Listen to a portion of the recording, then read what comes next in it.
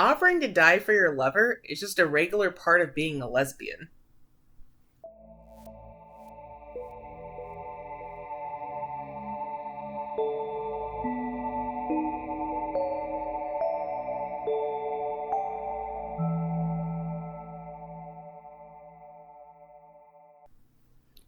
Howdy hole, and welcome back to Hole Chat, a podcast that's putting the trauma and mystery back into lesbianism. I'm your host, Chuck, and with me is a woman I'd manipulate the stream of time for, Keelz. Very cool. Very excited that we're doing lesbians. Mm-hmm. It's nice to get a break into tragic, terrible lesbians after listening to all these tragic, terrible yowies. I feel like you're being sarcastic. I'm not. Oh. Because, hey, if the record states that all I've heard is terrible yowies, and not terrible, but terrible for my heart, then that's what I'm about to face with these lesbians. Yeah, I mean, you're not wrong. You might like this a lot better, though. All right. So it's March by the time this episode is coming out, which means it's Women's History Month. And so I thought the best way to kick it off would be to talk about lesbians in a historical setting, living the most dramatic and traumatic life possible. Nice. And I also know that you like historical manga or historical settings anyways. I do.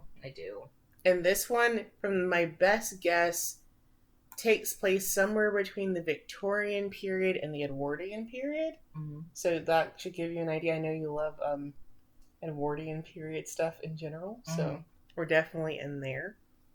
Mm-hmm. This is a manga I picked up a few weeks ago, and I thought, hey, fuck, it's got lesbians in it, should be good. I ended up reading the whole thing as fast as possible, because then I got very concerned very quickly. I needed to know all the answers as fast as I could, and I didn't know shit for so long. No, and I watched you read this one. That was a sight. You were in your own version of hell. So. I was just consumed. Yeah.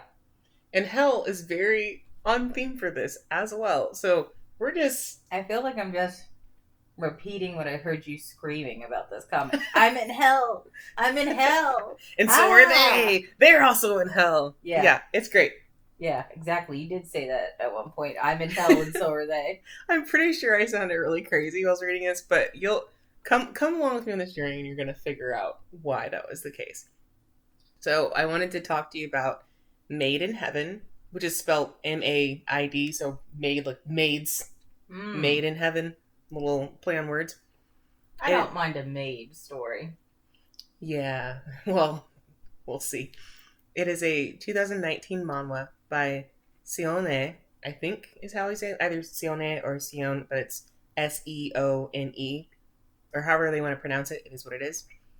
It's been kind of a meme that girl love stories seem to range from adorably chaste short stories to epics that involve traversing the universe and bending time itself to be near their lover for just 5 seconds.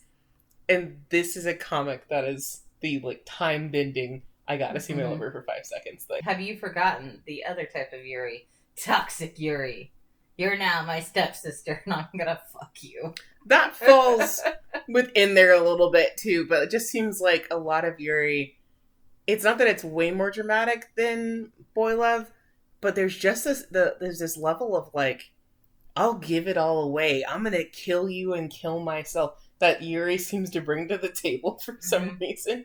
It's never just, oh, we had a meet cute at, the cafe and then now we're gonna slowly fall in love with each other. It's like we had a meet cute and actually I was here to find the lover of my father who I have to kill with my bare hands, but I also have a crush on her. Yeah. So I'm having to battle my crush and that, but you're so pure and chaste and I wish to be with you. It's always a couple levels up. Yeah, Yuri's kind of weird. I would actually like to read something a little more in the middle, but in the middle feels hard. Or you find something in the middle, but it still has a deep emotional impact on you. Yep. Which is damn, I just want...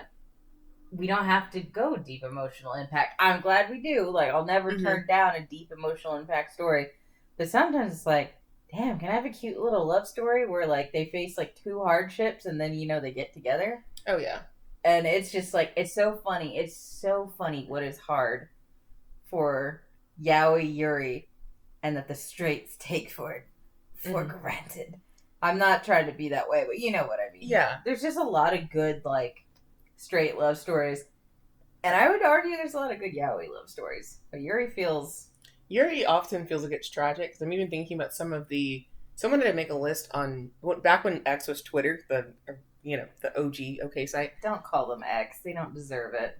But back when it was still officially Twitter, I remember somebody made a list of women love women, like, movies that didn't end in tragedy, because it's so often that they do end in tragedy. Like, one woman has to be separated from the other one and get married, or one of them dies from, like, tuberculosis or something, that they had to make a separate list where things went either pretty okay and everybody lived, or actually ended well. Yeah. So with that in mind, this one does end pretty well. There are some things that happen that are not ideal, but this doesn't end with, like, they can never be together and what. This isn't a Madoka Magica ending, for instance. Right, oh right? God. Right? Do they turn into trucks? No, and nobody turns into cars, and they don't get separated forever, where one becomes, like, magical girl Jesus. Mm-hmm. Damn. Putting that out there. This one's also going to be more spoiler heavy, considering how steeped in mystery this one is, because you really don't get concrete answers about anything for 20 plus chapters, and even when you think you're getting answers, you're still wrong. So it's a trick. Yeah, so I'm probably, if I spoil a little bit more for this one, I just want you guys to know, like, spoiler alert, I may go deeper than I normally would. I'm kind of going to have to. If you want to read this first, you can go ahead. But this is, I mean, again, even if I tell you something, you're probably not going to understand what the fuck I'm talking about, so, do that what you will. Mm-hmm. The story kicks off with a quote from Dante's Inferno. It reads, "Midway through life's journey, I found myself on dark woods, the right way lost." So, kick right off. Dante's Inferno quote. Dante's Inferno is heavily used throughout the rest of this story. This made me sit up because I was kind of slouched in my chair because I'm a little tired tonight. I'm not going to lie. And then you said, it starts off with a Dante's Inferno quote. And I sat my ass up like, are you kidding? Immediately. And this isn't going to be a crazy, insane lesbian adventure where they turn into trucks? No, it's not. Or into the seventh gate of hell? No. We're doing something different. I don't think you're going to guess what this is. Truthfully. No, I don't have a clue what this is. I just know you've been screaming, and now I'm very curious. Yeah, so Dante's Inferno quote to start things off. Then we are treated to a view of our main character, petrified and dressed in a dirty maid's uniform, lost amongst dark and threatening woods. She says, "I never should have come here," and that she should have stayed with Lady Edith. More importantly, she should have listened to Moriam. Flashback to 3 months earlier. What a name. Moriam. Mm-hmm. Everyone in here has names that are, I thought, were not real English names. They are real English names. So the author did her research. Wow. Yeah, because I thought, like, oh, well, they mean this, or they mistranslated it. They did not mistranslate shit. These are all just older names from that time period. Yeah, because Moriam sounds like a take on Miriam, so. Yes, exactly. The author, chefs, because she did such a good job. Interesting. So flashback to 3 months earlier. A young woman, dressed in a traveler's cloak and hat, gazes upon a large mansion. It's the only building for miles upon miles, and it sits alone among a grassy meadow. She knew she'd be in the country, but when her mistress had encouraged her to take employment here, she hadn't realized just how remote this place would be. So there's nothing around for miles. It is literally just a mansion, like, on a cliffside. There's a forest off to the side, and then just meadow everywhere. Red flag number 1. Exactly. I agree. Man. Mm-hmm. This already can be a movie. Because, I'm sorry, damn, bitch, don't. Mm-hmm. This is, like, a really cinematic comic as well, so even the way that it's being set up, like, Dante's Inferno quote, she's lost in the woods, and then we open up to, like, her arriving somewhere. It has that feel. You could watch this for sure. Yeah, this is like, if this was a book, like, not a comic book, but a book, mm-hmm. you would pick this book up after reading this first chapter. Because, for sure. I do that whole thing where you read the first chapter of a book and decide if you want it. This would fucking grab my attention. You're quoting Dante's fucking Inferno, mm-hmm.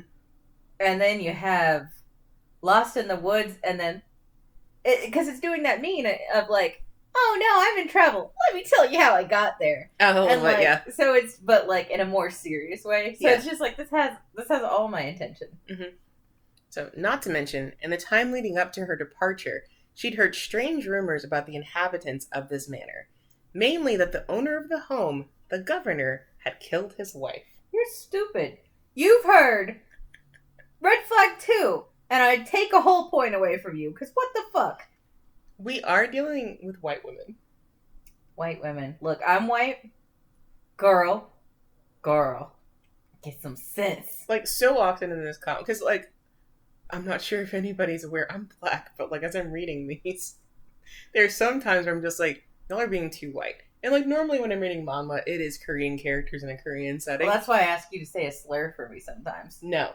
But in this case, these are English women, and in this moment, I'm like, y'all are being so white. I need you to, like, I don't know, maybe there's some Indian woman that you happen to know that you can talk to and can convince you down from going into the situation, but they don't. There's no one else to help them. It's just white woman on white woman on well, white woman. Well, if this is set in the day, were Indian women even in England yes, yet? at this time, they did have Indian women in England. Cool. Yes. I actually wasn't sure. It's like, yes. I can't remember when they started coming over. Yes. And were, allowed to be there. Yes. Yeah. No, so there were. There's none in this one. Damn, that sucks. You need one. You needed an ethnic person to help you not do stupid shit. So, technically, if we want to go about it, we can say that old English white people back in the day invented the whiteism we don't like. I gotta go in the woods. It's creepy. That is an old English white maid's thoughts. It is. But, like, they're very sheltered. Like, yeah, they're young women. They're very sheltered. That's true. Because, like, the reason we get mad at horror movie women is because we're like, you can't be this dumb. But the reason you can't get mad at a young English maid is because they're sheltered as fuck. That's all. A lot of times young English maids basically went from the farm to becoming maids, and that's it. And they didn't do a lot of stuff in between. And a lot of maids basically had to work all day, late into the evening, and didn't get a lot of time off. Yeah. So we will actually, I'm going to talk about this a little more too, because the maids in this story have a really sweet deal. Their masters are very kind to them. Yeah. And so that's the one, like, bomb on, like, a lot of the other stuff that's happening in here. Yeah. They have very kind masters. But nevertheless, our main character, she is here. Creepy rumors and unsettling ambiance be damned. She shouldn't judge others, she thinks. You know what? Real quick. Mm-hmm. I'm going to give them back their whole point. Because I did say these maids are sheltered. So you know what? I'm going to give them back their full whole points. Yeah. And I'm still raising the red flag, though. But now it's more of an educational red flag. Young lady, this is a red flag. Mm-hmm. So she knocks on the front door of the mansion. A mystery voice asks who it is, and she replies with, Sherl Watson. And this is Sherl spelled Sherl, which again, I thought that wasn't like a real name. They used to spell Cheryl this way. Spell and it was again? Sherl. So there's no Y in it. Because we normally have a Y in Cheryl, right? Right. This is also apparently a unisex name. Oh, poor boys. But like new information to me. So again, this author, love her. She did her research. She's super great. No, I love it already. I'm immediately just feeling bad for boys because boy, Cheryl. Dude, it was different at the time. So, Sherl Watson, she is a potential new maid and our main character. Sherl Watson, Mm-hmm. as in daughter of Dr. Watson. No, and Sherlock Holmes because they definitely made that baby. No, but she is a very inquisitive person, so that is kind of like a little bit of a nod to Watson. So she's got the Watson in there as a nod. That's cute. So she knocks on the door, and then she is told resolutely that they are not hiring and for her to please leave. How polite. It doesn't sound rude. Yeah. Cheryl's more of a 0 to 60 kind of person, so she bangs on the door, asserting that her letter of recommendation had been sent and demanding to be let inside, or at least given an answer as to why they're not letting her in. Girl, chill. Answer is no, and fuck no, go away, and then silence as whoever answered the door moved away from it. Well, that's just goddamn impolite. You banged on this door. I like her already. She's delightful. Because, I mean, come on, seriously. I'm here for my job. No, we don't want you. You damn gonna take me, pound, pound, pound. Like, I travel, because Cheryl's coming from London, and she is very clearly, like, way out in the countryside. Oh, so she's a city girl, too. Yeah, she's I'm pissed. from Jersey. Pretty much. So she's pissed that she's come all this way. The carriage didn't even take her all the way to this area because it's so remote. And how dare you? Red flag number 2. The carriage driver was like, we don't go down there. I don't drive the horses down that way. They get spooked. Well, I'll see you now. It was probably some creepy ass shit. And she was like, whatever. In this case, I just don't think that the roads were developed enough. The infrastructure wasn't set up enough to bring it down there. That's true. I know it's a history piece, but I am going to make a lot of fucking jokes. It's fair. I mean, we are reading a horror story. I'm feeling very Scooby-Doo from it already. You should. No worries, though. Not being let in, she can handle it. Because every good maid knows how to sneak into a house. What? Yes. Which is honestly not wrong. Because historically, a handful of people have the keys to get in somewhere. If you got locked out, no one was going to help you. Mm-hmm. And so it really isn't uncommon for maids to know how to sneak in. One, because you don't have, like, you don't have the ability to get in certain times, like you don't have the keys or whatever, but also because maids and any sort of servants needed to be able to sneak around situations. So if you're maintaining the chickens on the backside of the property or whatever, and your master decides to bring some guest to come view those chickens, you need to book it and book it quick and get out of their way. Because servants are meant to be, like, not seen, not heard. They're like the invisible people keeping everything running. Yeah. So I'm not surprised that this is one of her thoughts of, like, I have to sneak in. Because you do always also hear stories of maids, like, sneaking, like, socialite daughters out. Yeah, like, absolutely. Please, Betty, help me. I have to go meet my man. And they go sneak him out to, under father's nose. Yeah, so if you're in the servant class during this time in England, it would be expected that you know how to sneak in and out of places for sure. Awesome. So Sherl slides open a window along the side of the manor and climbs inside, suitcase in tow. She barely has a moment to right herself before she hears footsteps. She's suddenly grabbed and tossed to the ground and covered in a pile of sheets. Sherl hears the person who threw her and another woman speak. The woman who stuffed her under the sheets claims she tripped on the washing to explain the very obvious commotion. Because, like, this was not a quiet entrance that she made. But, someone's obviously trying to help her out at this point.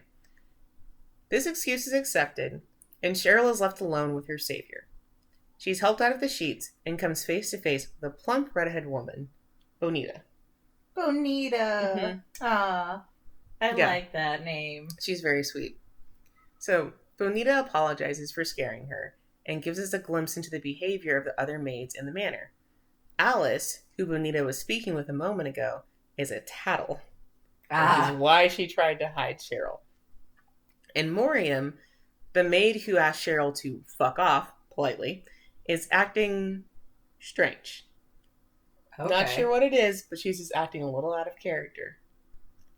No worries, though. A scary red flag number 2.5. I'm just going to say 2.5 because, like, if someone's acting out of character, that's not necessarily a jump scare. Mm-hmm. But you should still be aware of it. Upon confirming that Sherl is here for the open position, Bonita tells her that she needs to speak to Miss Smith, the housekeeper, up on the second floor. Bonita ushers her up the stairs as Moriam's voice rings out. And so she, like, very quickly is like, you gotta get upstairs because if Moriam finds out, that's gonna be a bigger problem. I don't know what her deal is, but you just gotta get upstairs. Does she hint that, like, Moriam's been turning away maids? No. Okay. This is new information to Bonita as well. She doesn't know why Moriam's acting this way. Okay, but she's just like, she's weird. Yeah, she's been weird today. Okay. Yes. Sherl sprints up the stairs to avoid her. She's not sure the reason for Moriam's rudeness, but it's not going to stop her from getting hired. I'm from Jersey. And thank God for Bonita. Her kindness will not be forgotten. She searches around on the second floor, realizing she hadn't been told which room to enter. Sherl picks a room, seemingly at random, and begins to open it, when she is seized by a wrinkled hand. Fuck.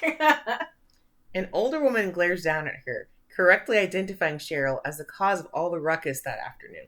So, she heard What everything. ruckus? Well, because, Moriam being like, you can't fucking come in here, Sherl knocking on the door, all of this was heard. The tumbling and, coming into the window, all of that was heard by other people. You can't imagine that it wasn't heard. Okay, fair.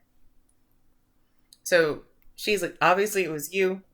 What the fuck? This rather frightening moment de-escalates rather quickly into her interview. So the woman that accosted Sherl is Miss Smith, and despite the way Sherl entered the home, Miss Smith treats her with kindness. When she finds out about Sherl's orphan status, she tells her not to worry, and that she's an orphan herself. Because in this time, if you're an orphan and you're trying to get a job, especially in a household, there are rumors about you. So even though the average orphan's just like a regular kid who has no parents, they would think, well, orphans are told to steal. And so this rumor would get out, and they'd be like, well, you can't work, here without proving yourself or somebody vouching for you because you're going to be an issue. There's a lot of, issues, if you don't have parents. You're just like, yeah, you can't be trusted because you weren't raised by anyone, and it's like, dog. Yeah, even if give me a chance.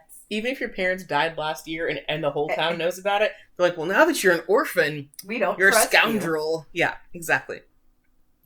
So Miss Smith tells her not to worry about it. She was an orphan too, and that it's totally chill, and she has come with a good recommendation, so it's not really a big deal. She can work here. Nice. The way Miss Smith speaks to her reminds Sherl so much of the lady of her previous household. She kind of has this maternal kindness about her, and Cheryl's immediately feeling comfortable with this woman. That's nice. Sherl is found to be in good standing and is hired. That should be the end of it, but Miss Smith asks her for one more thing before sending her off to meet the other maids. Smith pulls over a small square table and covers it in a plain blue cloth. She then sits down a deck of what seems to be oversized playing cards and then fans them out before Sherl. Tarot cards? Exactly. Red flag, 3.5. We haven't gotten anything else but 3.5. Smith claims that it's the lady of the house's hobby, apparently. No big deal. She asks that Sherl pick one and pass it over without looking at it. Whatever Smith sees, she is satisfied and leads Sherl to meet the other maids. Which, in Cheryl's defense, she is like, what a bonkers-ass hobby. But she's thinking, that's such an old school, superstitious hobby. What modern lady of today would be into that? Because, again, she's from the city. By the way, this is only a red flag because this is the third fucking instance of something weird. Mm-hmm. If this was the first thing, I probably would have just shrugged it off. Because it's a hobby. There's nothing wrong with tarot, whatever. Yeah. But because other weird things have happened and you've heard scary rumors, 3.5 fucking half. Uh-huh. Red flag 3.5, my dude. Mm-hmm. While this whole exchange is creepy, to say the least, Sherl believes it's not her business. And if anything, maybe she can make use of this unsettling household hobby to help her find her missing parents. Who's missing parents? Cheryl's missing parents. She says she's an orphan, essentially. But it's more complicated than that. She knew who her parents were. They have since been missing. Okay. Yeah, you threw me for a loop because I was like, didn't you just say she was an orphan? Mm-hmm. She's in a complicated situation. She's essentially an orphan. She has not given up on trying to find them, though. It is what it is. They didn't have a Titanic moment, did they? No, they didn't have a Titanic moment. We don't know what happened to her parents, but they did just, abruptly drop her off and then disappear. All right. Yeah. Does that ever get resolved? I think the resolution is truthfully that her parents are gone and or dead, and she hasn't given up on it. Because we don't know the exact age of the maids in this one, but Sherl definitely feels like she's barely legal. So somewhere between 16 and 18. Mm-hmm. And that the other maids seem around the same age as well. Mm-hmm. And we get more kind of evidence that they're not even barely 20 or very, very early 20s as we go on throughout this as well. By the end, you're very certain that they are older teens, young 20s. But we have to go through a lot of stuff to get there. Mm-hmm. So it makes sense that she would still have this naive feeling of my parents have got to be out there and I'll find them. And I'm like, girl, it's been a long time. It's been over a decade. They're just gone. Ah, so she's doing that Orphan Annie moment. They'll come claim me with a locket. Yes, actually, perfect example. Mm-hmm. No, the motherfucker's gone. Yeah. Okay. Yes. Poor thing. Yeah. As well as the interview went, the same could not be said for Cheryl's first meeting with the other maids. One, because she did cause all that ruckus, but two, because of other things. So Bonita meets her with a friendly smile, having already taken a shine to her. But Alice, the other maid that Bonita was talking to earlier... That was like a snitch. Yeah, Alice spares her a haughty look, and Moriam glares at her with an unexpected amount of anger. Fuck. Sure, Sherl technically broke in, but she had been referred to this job, so this amount of vitriol was extreme. Smith asks who will be in charge of giving Sherl the rundown of her duties. Moriam, in spite of her previous unwillingness to let Sherl inside, volunteers herself. Uh-oh. And then there's this weird moment where Moriam and Smith seem to be pitting their wills against each other. So Smith is saying, like, well, the parlor maid should be too busy for training the new girl. And then Moriam's like, who else then, bitch? It's, like, very heated. Like, they're being more polite than saying, like, bitch and whatever. Mm-hmm. But it's still just like, well, I can totally do it. Don't you tell me what to do. Yeah, it's polite insult speech like they did all the time back in the day. Where they'd be like, oh, don't you think your shade of pink is the wrong shade for this time of year? Mm-hmm. And what they're really saying is, you slime motherfucker, who you stepping around town with, my man? Yeah, that's exactly what they actually mean. And I'm not fucking kidding. It is fucking weird. Yeah. Moriam succeeds in a tense battle of wills by redirecting Smith to their ladies' call. So like they're in the area where the alert bells, like I don't know how you call them, but they have bells set up that like let you know if someone's calling for you in various parts of the house, like in the servants' area. And so the ladies' bell is ringing. And so Moriam... I know what they're called. You do just simply say ring for someone when using these things. Yes, but they do have a specific name, and I can't fucking remember. They do, and my brain's gone too, but... Shit. I know, I'm sorry. I just read... No, because I was reading a book earlier, and they had a whole chapter talking about one, because these dumb little children decided to break one by, you know, I'm going to grab it and, like, lay down while holding it. Mm-hmm. They have a name, but they're just like bells on a little strip or whatever, and they are set to ring whenever someone's calling for you, like whenever like the master of the house is calling for you or whatever, in different rooms and that sort of thing. And so that goes off, and it's specifically in the ladies' room, and so Moriam is like, hey, bitch, shouldn't you be tending to that? Why are you getting on my case? Go do that. But the way that she emphasizes Smith's need to attend to the lady seems to have a deeper meaning. Her voice was dripping with venom. Girl, what is their story? Jilted lover or what? Yeah, so at this point, we're like chapter 1, and all I kept thinking is that gif of Julia Louise-Dreyfus from Veep, where she's going like, ha ha ha ha, what the fuck, like laughing nervously and what the fuck. Mm-hmm. That sums up already the whole first chapter. You keep that mood as you go through the whole, like, first season of this, for sure. Before she leaves, Smith places a gentle hand on Cheryl's back and bends until her face is close to Cheryl's ear. Nuh-uh. And then says, I hope we can get along. I'm just gonna round it up to 4 now. Mm-hmm. So instead of 3.5, we're at 4. I just like the visual of an old lady bending down. Because, like, you say bending down, I'm like, now she's a tall old lady. And there's something really creepy about tall, old women. She is taller than Sherl, but she's also kind of hot. Yeah, she's a hot motherfucker. Wow. Yeah. She is, but also, like, I don't know, just that whole idea of, like, let me bend down and talk to you. I don't know. It's unsettling in this horror story lesbian setting. You're right. But Sherl looks flustered. Sherl, girl, you feeling horny? It's just giving big, like, I'm afraid of this MILF energy. Like, I'm afraid of her. Cheryl's just this like, guilt energy, because that's a grandmother. Yeah. She seems entirely aware of her momminess and is also maybe playing 4D chess with Moriam. That's what we get from Smith, is that there's something else going on here. Are they rival lesbians? Like, Smith is like, I'm the old lady lesbian and I like all my little chickadees. And then Moriam is over here going like, I'm the new hen on the block and I want all the chickadees. That's too simple. All right. The rest of the day was thankfully uneventful, and Sherl is able to settle into her shared room with Bonita. Bonita! Cheryl's glad to be rooming with her, and Bonita shares the sentiment that she was excited to get a roomie and that she's glad that it gets to be Sherl. Yeah. Cute. Bonita also shares a bombshell about the weird tension between Moriam and Smith that happened that afternoon. Mm-hmm. They're mother and daughter, and Moriam hates her mother. Oh, fuck. Yeah. Like, and everyone just knows, like, it's been going on forever? Yeah. But as far as Sherl knows, this is, like, not news and everyone else knows.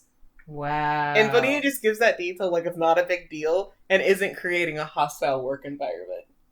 Wow. Yeah. Okay, my bad. I thought there was, like, a broken relationship there. Not the one I was thinking of. Mm-hmm. It's just a relationship's broken, but it's not a lover's situation. Can I see Moriam?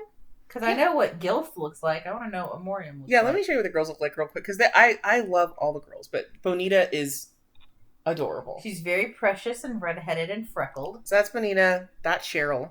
Yay. Just kind of very, like, chill. Cheryl's boring here. Yeah. Cheryl's definitely like, I'm female character coded. So, I'm sorry. And then here's Smith. And then this is Alice. Alice looks cunty. Alice looks cunty. I approve of her. And then Moriam, this is at a different scene. Yeah, Moriam looks like her mom, though, but young and hot. Yeah, Moriam's also gorgeous and kind of, like, haunted, which is perfect for what's going on. She's got that, like, I'm a female lead, but I've also got male lead energy. I'm so burdened. Please remove my top and unburden me. You know? Yeah. She's got that energy. Also, like, everyone has gorgeous fucking hair in this, too, and I'm just, like... Except for the main character. What's Sherl? Sheryl's boring as fuck. Yeah, there's a little bit of, like, reasoning for it on and off when you kind of figure out where she's coming from. And if I don't go far enough as we're talking about this, I will tell you later that there's... A reason for it? Yeah, there's kind of some reasons about it, but we'll get into it. I want to see what Cheryl's looks ever include, because I'm sorry. I'm a little disappointed by how plain she looks. It changes at the very end of the comic. Yeah, because it's not that she's ugly, but, like, when you're surrounded by really hot, unique-looking characters and your main character is so plain, it's like, ugh. Some people like that because then they're like, well, then I can put myself in their place. And I'm like, I don't always want to be in their place. Sometimes I just want to see a hot girl struggling. I want to see here, let me put on my misogynistic glasses, my male fantasy glasses. I want to see a hot girl struggling. I don't want to see a plain girl struggling with a big personality. I want her to have big personalities. Ooh, let me take those glasses off. That was too strong. I think that's actually part of the reason why, too, is that she is a more plain kind of average girl, but she does have this big personality. And so I think that's what they're leaning into is, like, she's plucky, she's not from a good background, and she's like, hey, fuck you, doesn't matter, I'm going to do what I want. It's such leading girl energy, it's a little annoying. Like, I'm tempted to take a point off just for that. You need the leading girl energy. You really do. All right. It's the only tether you have in this. All right. As the two ladies drift off to sleep, we're given a scene of Moriam, in her nightdress, walking through the nearby woods with a lantern. So everyone else is going to bed. Motherfucker's out there in the woods, dirtying up her feet and shit. Cheryl see this or no? Sherl doesn't see this at this point. Okay, because if Cheryl saw this and went back to sleep in that fucking house... 5. Red flag 5.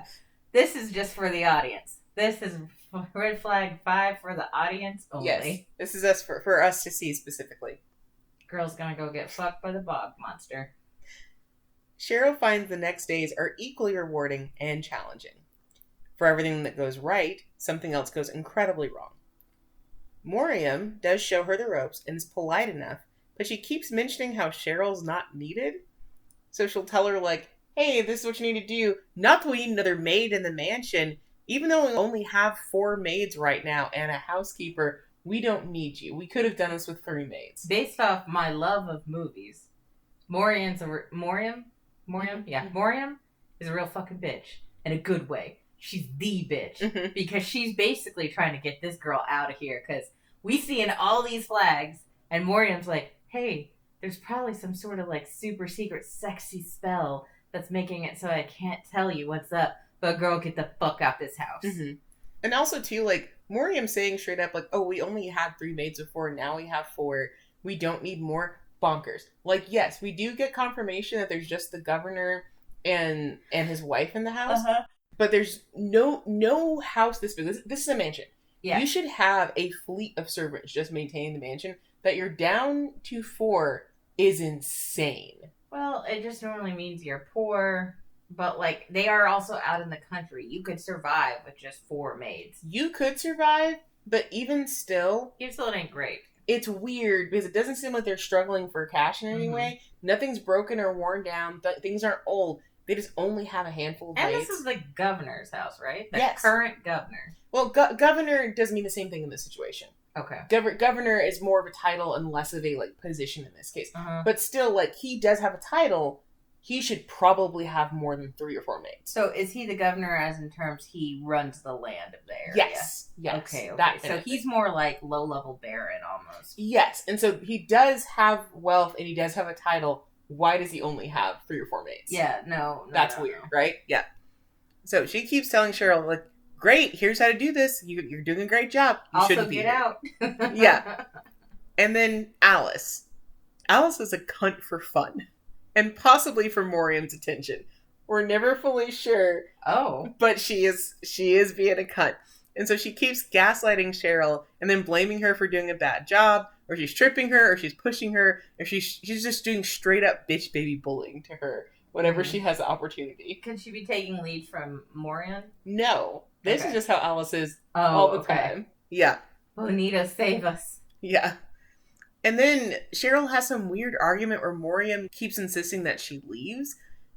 Sure, it only became an argument because Sherl got mad at the mention of leaving, but still, what a rude thing to say to somebody.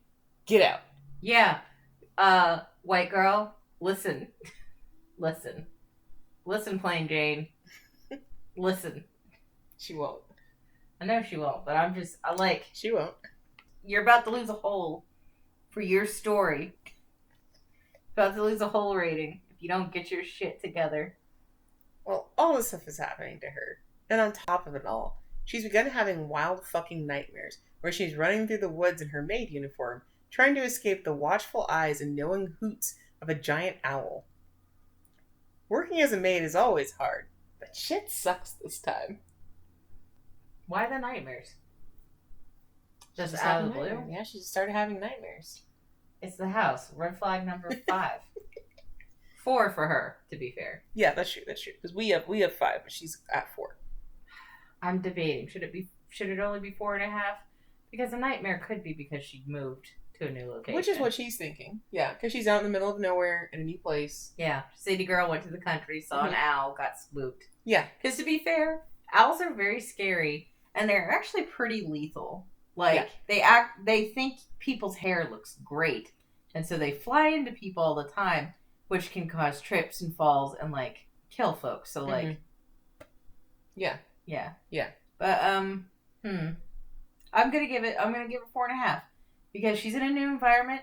Bad dreams happen in new environments. So 4.5 red flags for her. Yeah.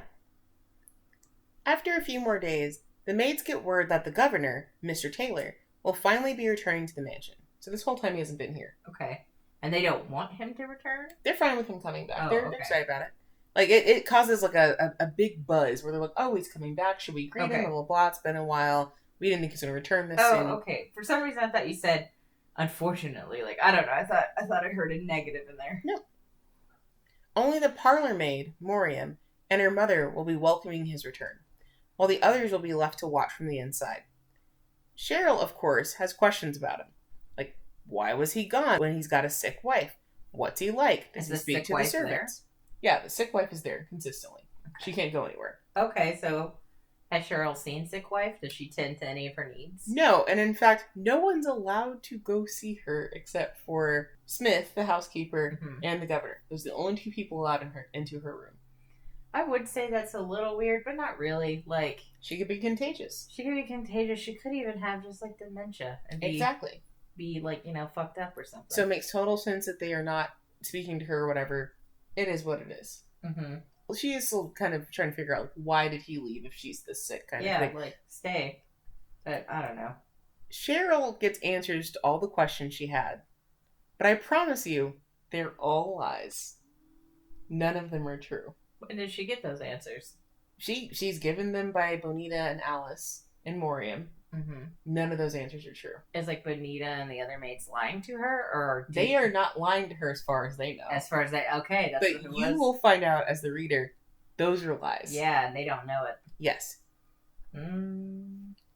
Because Cheryl's not allowed to know peace, she sees something that's not for her eyes. After again being bullied by Alice, she was off to her quarters to change her apron and came across a slightly open door.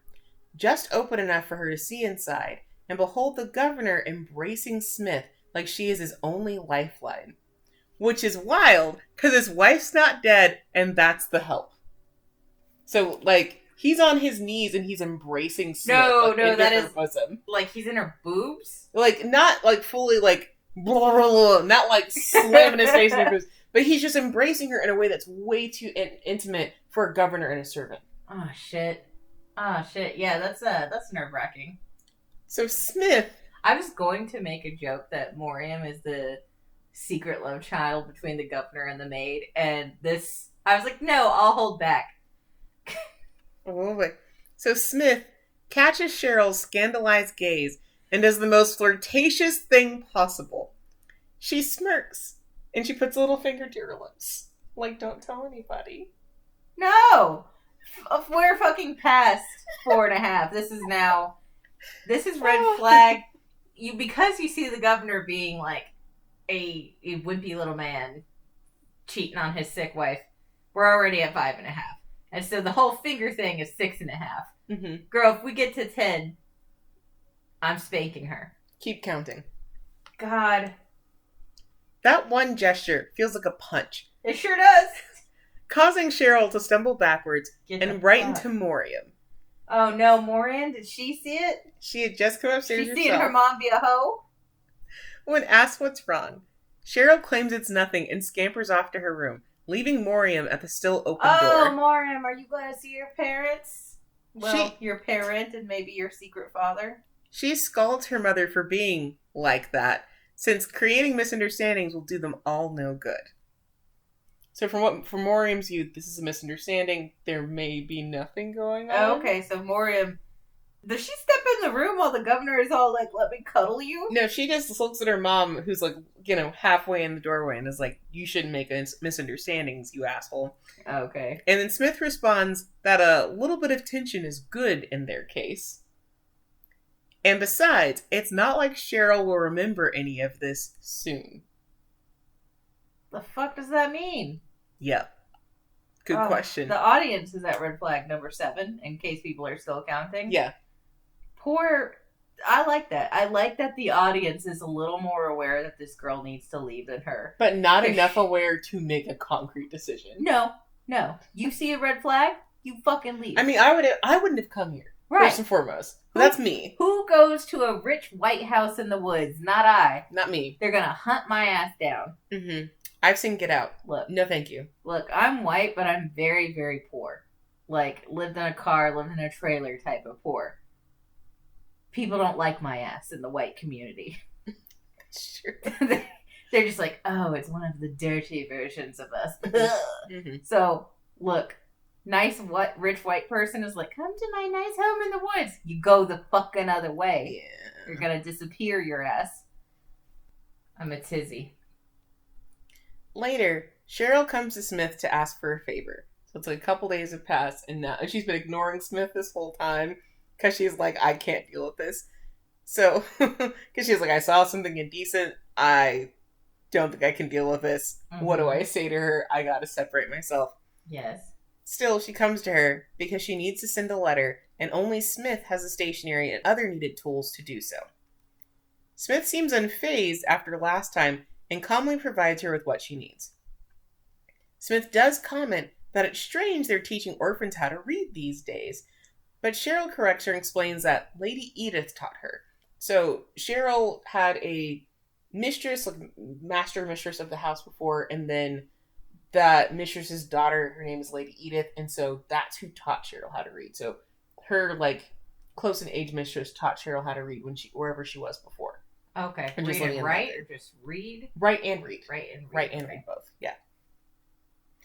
Smith is then suddenly cupping Cheryl's cheek and telling her how wonderful a Quit master being so Lady touchy. Edith must have been. Quit being so touchy and weird. Sherl again blushes. This old gilf. Because she's in an unfortunate hell of being embarrassed of praise and reminded so much of her own mother figure, who is Lady Edith's mother. Mm-hmm. That's who she keeps kind of flashbacking, being like, oh, it reminds me of her, who kind of took care of me like her own daughter in certain ways, right? So that's a weird situation. Again, because I don't know what it is with Smith, but it feels like she keeps flirting with Sherl, and so I was very nervous through the whole beginning chunk. This old grandma's gonna dick her down. She has too much charisma for an old lady. It's petrifying. So that afternoon, Cheryl's working with Bonita. They chat about her letter, and eventually she explains why she's out here in the middle of nowhere instead of in London. Cheryl's looking for any information about her parents, and is fairly certain they came out this way. To Cheryl's surprise, Bonita offers to help. Her vacation is soon, and there's an old woman in town who knows everything about everyone, so she'll ask while she's there.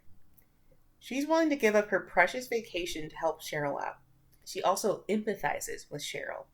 Even though she's not an orphan, she understands that being separated from your parents can feel like wandering alone in the woods. Bonita is a real one. I don't like the callback to wandering alone in the woods, though. You shouldn't. I don't like that. But, that's Bonita's really nice. Mm-hmm. But I'm sorry. She's the redheaded maid. The redheaded maids are really nice. Mm-hmm. Or really, I'm gonna, Pippi Longstocking my way, through life. Rambunctious, I guess. Yeah, and she feels like a little bit of both, honestly. She's very cute. I like Bonita a lot. Again, red hair, freckles, adorable. Yeah. But yeah, so she offers to help Sherl out, which I think is great. So days later, Sherl is still not over the governor and Smith's secret rendezvous. I mean, it kind of sucks because she's the new girl. Yeah, exactly. So you don't really have anyone you can just kind of girl, I gotta tell you this thing. Yeah. And it's none of her business, and she knows this. But damn, those old folks are getting it. And she is but a curious maid stuck up in this mess. Caught up in her thoughts, she tries to carefully traverse the stairs with an armful of bedclothes. She trips, of course, and feels her legs come out from under her. Luckily, she feels arms come around her and pull her relatively safely to the bottom of the stairs. When Sherl has her wits back about her, she realizes that she's being gently held by Smith. This old lady is just so creepy. Smith smirks down at her, saying, "That could have been bad," then asks if Sherl is hurt. Poor Sherl is blushing up a storm, which is fair, since this old lady is embodying romantic lead energy right now. This old lady has a lot of riz. Yeah, there's no reason for her to be this fucking suave, and it's super weird. Let me see if I have the clip of that, actually. Yeah. I thought I saved this. This is how Smith is holding her. That doesn't look like a rescue. That looks like she's about to invade her pussy. That is, I'm about to invade your pussy. That is how I lay you down in the bed. Hey girl, I'm gonna get in there. Smith has riz. There's no reason for it. She just has riz. She has riz, and she's drawn like she's fucking everybody. Because every pose you've shown me with someone, it feels like she's about to dom everyone. It feels like that the whole time. She's too hot. The chillest she looked was that time you showed me her sitting in a chair, and I was like, what a nice old lady. She doesn't look bad for an old lady. Then every other picture after that is like, this old lady's gonna fuck me. Yeah, exactly. She's gonna fuck my sweet, tender little ass. Smith helps Sherl to her feet and straightens out her clothes, checking to make sure she's not injured. She's physically very close to Sherl and is acting a bit overly familiar, but maybe she's just extremely maternal. Kind of. She's extremely lesbian. She's move-in ready lesbian, except you moved into her place. "What are you two doing?" asks a voice from just out of sight. It's Moriam. Glare once again firmly affixed to her face. She strides over and yanks Smith's hand away from Cheryl's elbow, squeezing hard. She and her mother are at a standstill once more, one glaring and the other looking bemused, and the old school bemused of oh, I'm kind of amused by this, but confused at the same time? Fascinating. I just don't understand. Sherl sticks up for Smith, explaining that they'd just fallen, and Smith helped her. And then Moriam asks a strange question.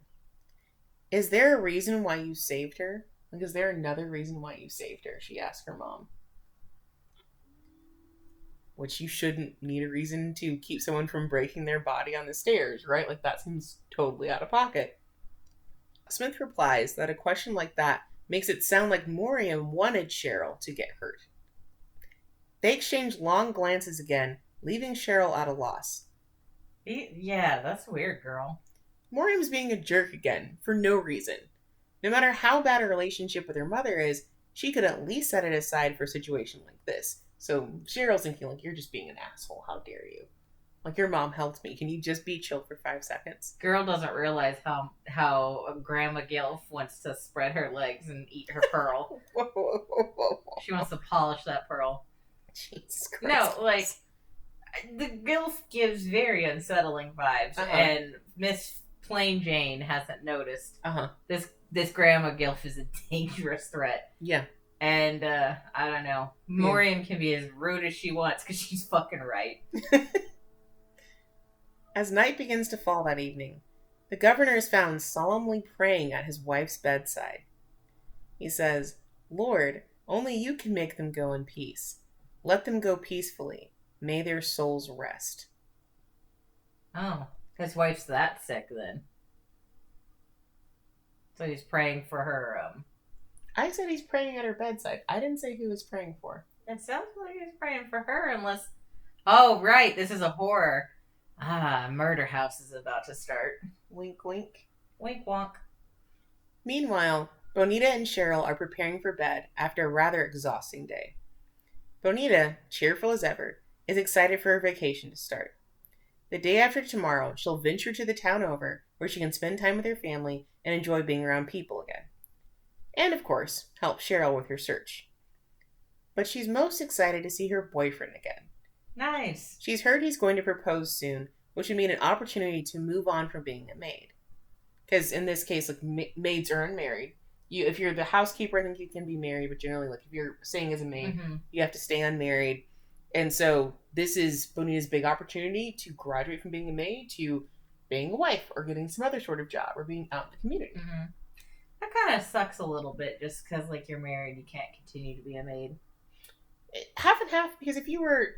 Being a maid's hard work, too. It is, but, like, it just occurred to me, like, if you really liked it, it sucks. That is true. Especially, like, if you're a lady's maid, you may not want to leave your lady because you have a strong connection with her and that sort of thing. But Sherl congratulates her, and then they lay down to rest. In the middle of the night, Sherl awakes, disturbed by another strange dream. She glances at the bed on the other side of the room, but finds it empty. Where is Bonita so late at night? She lights a lamp and makes her way down the hall, checking for her roommate. Stop. Don't. Bonita can't die like her. Why can't plain Jane die? She's boring. Sherl misses her footing and trips at the top of the stairs. Girl. These damn stairs will be the death of her. Yeah. She luckily doesn't trip down. But as those words leave her lips, she casts her eyes down the stairs. There, at the bottom, illuminated in lamplight and surrounded by a pool of her own blood, is Bonita. That sucks. Bonita is dead. I'm done. Tell your story to someone else. The one I liked is dead. I'm tired. Good night. Well, my rating for this one is, I don't know, 2 out of 10 whole, I guess. We're not done. Shush. 2 out of 10 whole. And honestly, the lesbian vibes were very little. Like, we just got a gilf. But, tighten up. Keelz. Hey, listen. Focus up. I'm done. Tighten up. Whatever. Sherl barely has time to process before Alice comes upon the scene and screams. Soon, everyone in the household is awake. Why's Alice up? What was that? Where'd she might come have heard from? something. She might have been going to get water. We don't know. Okay. Soon, everyone in the household is awake, convening in the foyer. From what Smith and the governor can determine, Bonita didn't just die from a fall. She was likely hit over the head and then pushed, inflicting maximum damage. What the fuck? So there's just a murder about. Maybe. And y'all gotta be chill with that? Go back to bed, girl. Someone killed her. Smith and the governor are entirely too calm about this situation. No. You were praying for their souls, you bastard. Alice accuses Sherl of the crime, despite no evidence except the discovery, because she is, through and through, a asshole. Sherl defends herself, of course, claiming it's more likely to be the governor, if anyone. Shit, and while the governor's there? Yeah, she just says with her whole chest, like, it's more likely to be him. He's newer to this whole, like, ecosystem we have right now. He can run around the house anytime he wants to. He's strong enough to do it. I mean, is he in the room when she says? Yeah. Damn! Girl says it with her whole chest. Okay, potato plain Jane. No, I'll give you a little bit of cheese. You're kind of cool. She's Little Miss 0 to 60. She gets hot fast. Damn, plain Jane. That's a good fucking, like, that's some balls. I appreciate that. Well, based on Alice's logic about how she could be the killer, she's like, just as easily could be the governor, bitch. Try me. Yeah, no, that's a good point. I wouldn't say it with, like, my hiring person there, you know. Yeah. I still want a job. You're not wrong, but Sherl be wildin'. Sherl must be wildin' to make up for the face that she's the most boring-looking character of the bunch. No, I'm mad about it. Y'all can guess what she looks like without me having to describe it. Just think of every short bobbed character you've ever fucking seen. It sucks. I'm sorry. I'm tired. I'm new in town. And I don't like boring character design. I can't stop thinking about it, so I'm taking away a hole. I'm sorry. It's that boring. Moriam stands up for Sherl, claiming to be her alibi. Huh. She and Sherl were together moments before the discovery, so she couldn't have killed Bonita. Sherl knows this is a lie to clear her name, but the question is why? Yeah, that's a good question. Why would someone who'd consistently given her a hard time come to her rescue now? She corroborates her story with Moriam, confusion still gripping her mind. Alice looks at Moriam as though she's been betrayed. So Alice is really upset about this, and she's like, there's no way that, like, you're sticking up for her. There's no way that you're really her alibi. You're lying to me, right? Moriam was eating Alice out. And so Alice is like, what do you mean you were with her? I'm trying to find the lesbians. We haven't found them yet. We gotta keep going, yeah. This is how I felt too, where I was like, is there lesbians? And then I'm like, is it grandma? Because it might be grandma. I mean, what the fuck is it? Smith? If it's grandma, that's kind of interesting. You'll find out. Because grandma's probably the villain. I don't trust grandma. That's complicated too. We'll get there. Don't trust sexy grandma. Smith and the governor put an end to the whole conversation, citing the late hour. They'll solve nothing tonight, and we'll have to wait till tomorrow. Bonita's body will be taken care of until it can be sent back to her family later. The girls are sent back to bed, Sherl still wondering why Moriam helped her. She glances out her bedroom window and is shocked to see the parlor maid booking it towards the woods. There's a murderer about, and she's potentially running towards danger.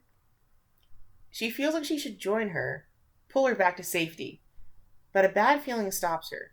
Something just feels wrong. So this is the first time she sees Moriam running into the woods. I just don't like this story. Bonita's dead. I'm just so upset. Alice, fearing for her life, has locked herself in an unused room with only one entrance. She's uncertain if it'll be enough, but it's the most safety she can achieve in a situation like this. Because she's the only one acting, I feel like, 100% normal. Like, Sherl seems like, well, I guess I'll go back to my room. They said to. Governor and Smith are like, we'll figure it out. There's maybe a murder, we'll figure it out. Moriam's fucked off to the woods. Alice is like, that motherfucker could be in here. That motherfucker already killed Bonita. Bonita's sweet as hell. There's no reason why I'm not gonna get caught. So she's petrified. She's terrified. Yeah.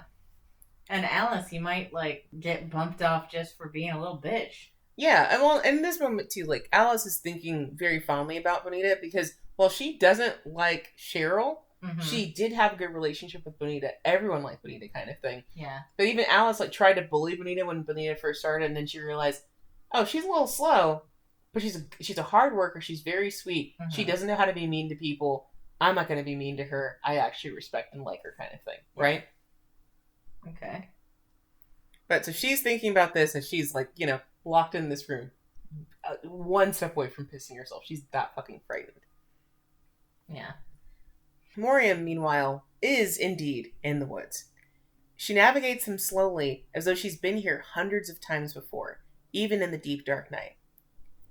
She stops in front of a handful of wooden crosses, rather crudely shoved into the ground. She lets loose an apology into the night. I'm sorry. I had no choice. I wanted to take you with me at first, but I guess I can't.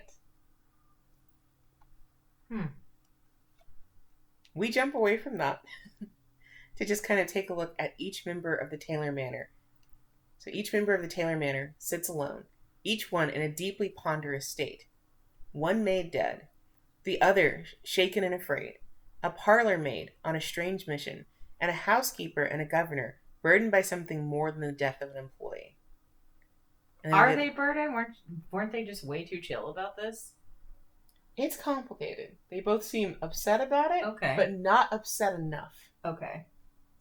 And then we get this long quote from Dante's Inferno that I'll read for you. Welcome back, Dante. Yeah.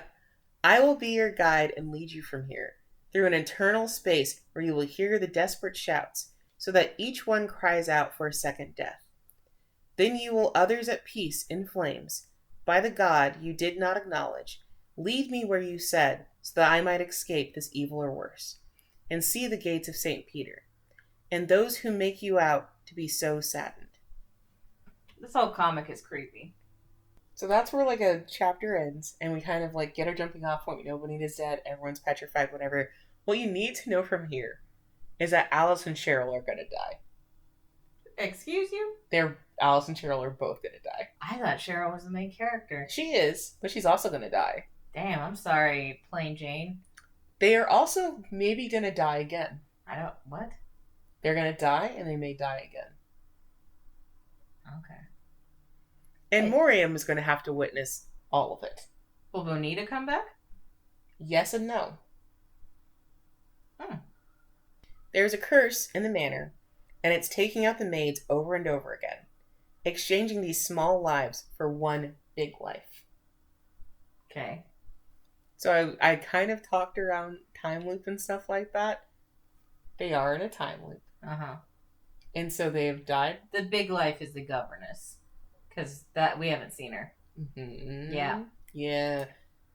Which is still not fully the answer, which is really stupid. So insane. Because you can know this, and you still don't know exactly what the fuck's going on for a very long time. Yeah, no. I'm hella lost if there's going to be a bunch of deaths. Yeah, so... But it also kind of ties in, Smith had made mention before, oh, it's not like Cheryl's going to remember. So you kind of put that together, when is she not going to remember and that sort of thing. I don't know if they're doing it. Sherl, the governor, and Moriam. I don't know what's going on. Mm-hmm. But, it feels like Moriam, Smith, and the governor, Mama Smith, they know what's going on. They do know the curse that's going on. Mm-hmm. And it feels like, since they are aware of the time loop, perhaps Moriam is she keeps trying to change it a little. Okay, I know this maid, if she comes here, she's going to die. So I got to tell her she can't come here. Mm-hmm. And then, maybe the Miss Smith and the other guy, maybe they're trying to stop it behind the scenes too. The governor and Miss Smith, maybe they're trying to stop it behind the scenes too. But they're also but we can't fight it. Because, they did seem a little chill of, I can't fight it, whatever. This is a story that I would say is very much about love and about what love will drive you to do. So this is about love. And what you're willing to do for love. Alright. I'm going to assume Moriam is a lesbian with the one she's mean to, which is Sherl. Mm-hmm. So she's trying to get Sherl out of the time loop because she loves her so much. Mm-hmm. That's my assumption there. We'll jump into the characters. I'll give some more stuff away. It's not, Yeah. We'll get there. Hello, fellow holes. We went a bit too long talking about this one. we're just big time yappers about lesbian time loops. So I made the decision that we're going to stop here and pick it up again next week. So please look out for part 2 next Friday. Mm-hmm. As always, you can reach us on Tumblr and Bluesky at whole-chat, where we also post announcements about things like, having two-parters. You can also email us at whole.chat.69@gmail.com if you'd like. And thank you guys so much for listening. And we hope you guys tune in next week for part 2 of Run, Maid, Run. Hope these girls got sneakers. Tighten up. Tighten up.